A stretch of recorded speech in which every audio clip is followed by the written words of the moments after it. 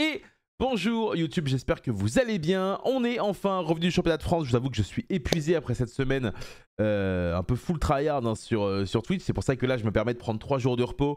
Et je serai de nouveau là vendredi, samedi et dimanche pour évidemment vous commenter le national italien sur ma chaîne Twitch.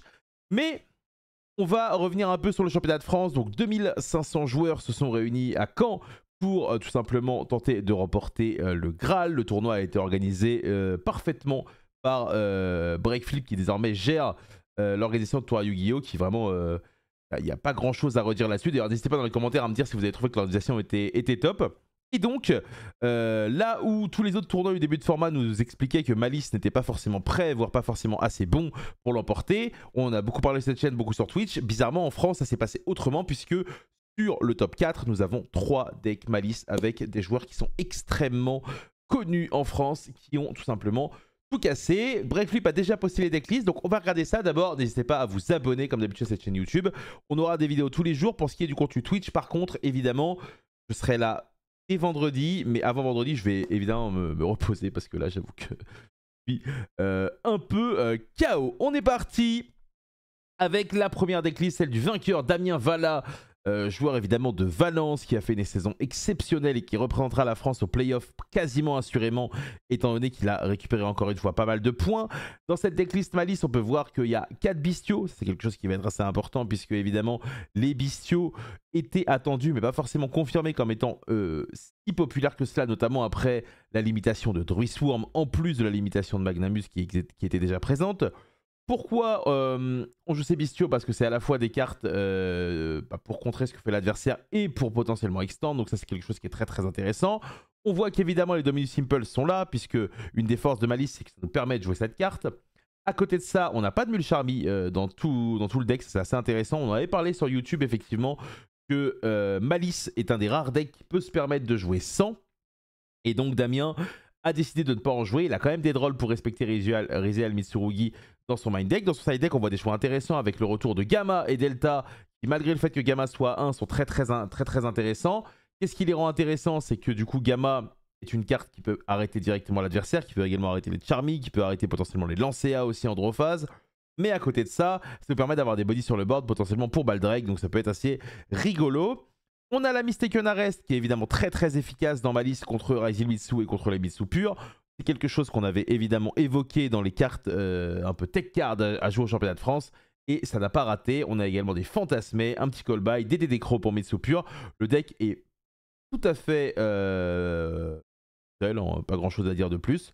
On a essayé de limiter un peu les cartes mortes. Et donc bravo à Damien qui s'impose. On va regarder maintenant la decklist du deuxième, puisque c'est Hugo qui nous venait évidemment de Toulouse, je crois, qui représente la team Pot.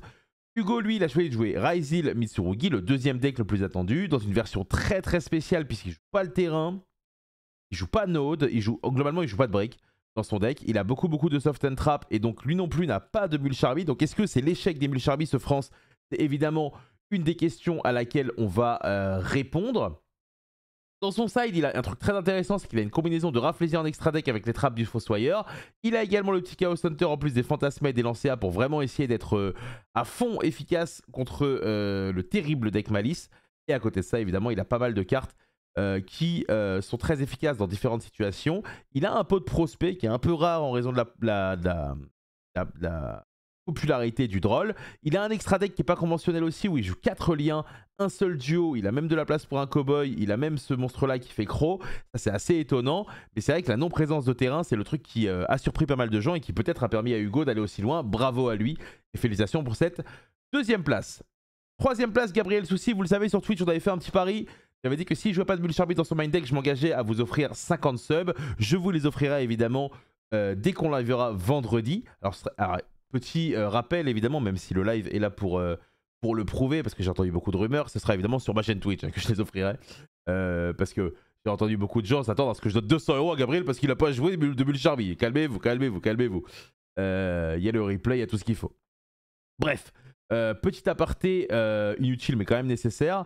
Donc Gabriel, il a une liste qui s'approche beaucoup de celle de Damien Valla. Du coup, il a lui les 4 Beasted comme lui. Il a que 2 Chessy. Et par contre, lui, il joue pas GW06, que ce soit main deck ou en side deck. Donc vraiment, lui, il a encore plus limité les cartes mortes dans son main et dans son side. Carte intéressante dans son side deck, on voit Shifter, qui du coup peut, j'imagine, lui permettre de prendre des games contre les decks un peu rogue, les decks un peu chiants. Et à côté de ça, lui, il a mis une copie de plus de Crow, il a même une Ghost Dog, alors j'avoue que ça, j'ai pas trop compris. Et comme Damien, il est parti également sur Delta et Gamma, qui sont très très efficaces dans la méta, qui étaient un peu les sleepers que pas beaucoup de gens forcément connaissaient, en tout cas pas le grand public.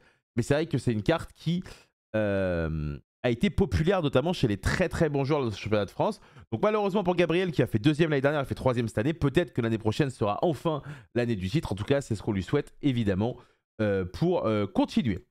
4e place, un autre joueur qui était également en top 8 l'année dernière, c'est Dorian Cassidy de la Team Ares, qui lui a une approche totalement différente de l'archétype Malice. Alors malheureusement, on n'a pas son side, mais il a Simul Charmy en main deck plus 3 drôles, donc il a du coup un Beasted de moins et évidemment des free spots en moins. On voit qu'il a une Ash Blossom, un Nibiru et une seule Impulse, donc j'imagine que ça justifie ici le cross-out. Donc globalement, on a envie dans cette manière d'être sûr évidemment que nos combos passent. Assez intéressant de voir cette liste-là. Il y a un autre choix qui est intéressant dans les malices, c'est ceux qui jouent 2 Link Kuribo contre ceux qui jouent le Disciple Link, notamment pour Access Code. Lui, il a pris cette liste-là, et c'est pas étonnant de le voir en top 4, parce que c'est un joueur qui était évidemment très très solide l'année dernière. Cette année, il a un peu moins joué, mais c'est beaucoup préparé. On va regarder également les listes du top 8 un peu plus rapidement, avec Emre, le joueur allemand, qui a réussi à faire top 8 avec Dragon Blanc aux yeux bleus, donc bien joué. On en avait parlé, c'était un deck outsider qui était également attendu. Il a des Mul Charmy, il a des Ghost Bell en main deck qu'on a un peu moins vu ce week-end. Le choix que lui a fait, c'est de jouer aucun Purulia. Il a quand même des Meols en side. Donc évidemment très solide contre Rising Mitsu, notamment quand vous gagnez le dé. Le problème, c'est que contre Malice, c'est un peu faible. Mais grosse performance ici du joueur allemand, champion du monde de Master Duel, enfin ancien champion du monde. Illy, qui était en top 8 avec Malice également. Lui, il va avoir, lui ou elle, alors j'avoue que je sais pas trop, j'ai pas envie de dire de bêtises, donc je vais mettre les deux. Dispose d'une liste un peu plus classique, qui ressemble peut-être un peu plus à celle de Damien et de Gabriel, avec très peu de briques. On a quand même évidemment un 3e marchard qui va différencier de ces deux-là, et un peu plus de bestial. Dans le side, on a la GWC quand même, on a une tech intéressante avec le Metaltronus et le Detonator. Donc clairement, on voit que Malice était vraiment très bien armé pour ce week-end, et donc ça va être intéressant de voir la suite si les gens vont encore plus s'armer en side deck contre Malice maintenant que ça a gagné. Ensuite, on va avoir Pierre Burgals qui a terminé en top 8. L'année dernière, il avait terminé en top 4. Donc encore une fois, un joueur qui était déjà présent dans les 8 meilleurs joueurs. Alors lui, il a une approche de type alcoolique. Hein, c'est-à-dire que du coup, pas d'imperm, pas d'impulse, pas de hache. Alors quand je dis alcoolique, si je me permets, parce que c'est un ami évidemment. Mais par contre, on a des board breakers avec des Metaltronus équipés du Tsushinoko de façon à pouvoir battre Murakumo, puisque c'est un reptile dark. On a également Simul Charmy et on a plein de Beasted ici du côté de Pierre. Voilà globalement l'approche qu'il a eu lui du deck, comme quoi on voit que Malice peut avoir plusieurs approches très intéressantes. J'imagine qu'il y aura des deck profiles où ils expliqueront tout ça sur les chaînes de leurs équipes respectives. Le dernier joueur du top 8, c'est Dylan, qui lui avait Raizil Mitsurugi, une liste très classique, hein, globalement, qui ressemble beaucoup à celle de Charlie Fouch, avec juste le Dynamundo et énormément de Dixis 4 en extra. Au niveau des choix, on a 3 Fivalos en main deck, mais on n'a pas de Purulia. Par contre, on a quand même un Purulia et un Meols en side. Donc ça, c'est intéressant. À vous de me dire maintenant ce que vous en pensez. Est-ce que vous pensez que les Mul Charmy sont un peu le gros flop de ce tournoi? Ou à contrario, est-ce qu'on est plutôt une exception? Puisque les Mul Charmy, encore une fois, le XCS Quito, ce week-end, ont été très représentés chez les joueurs américains. À vous de me dire, le débat est intéressant. Encore une fois, félicitations à tous les joueurs, tout le staff, tous ceux qui ont participé de près ou de loin à ce championnat de France. C'était une franche réussite en tant que spectateur. Donc, j'imagine même pas en tant que joueur. Merci à tous, encore une fois, de faire vivre ce jeu qui, moi, m'a donné une carrière, on peut le dire, et qui continuera de briller dans les années à venir. Comme d'habitude, n'hésitez pas à vous abonner, et nous, on se voit demain pour une nouvelle vidéo. Au revoir.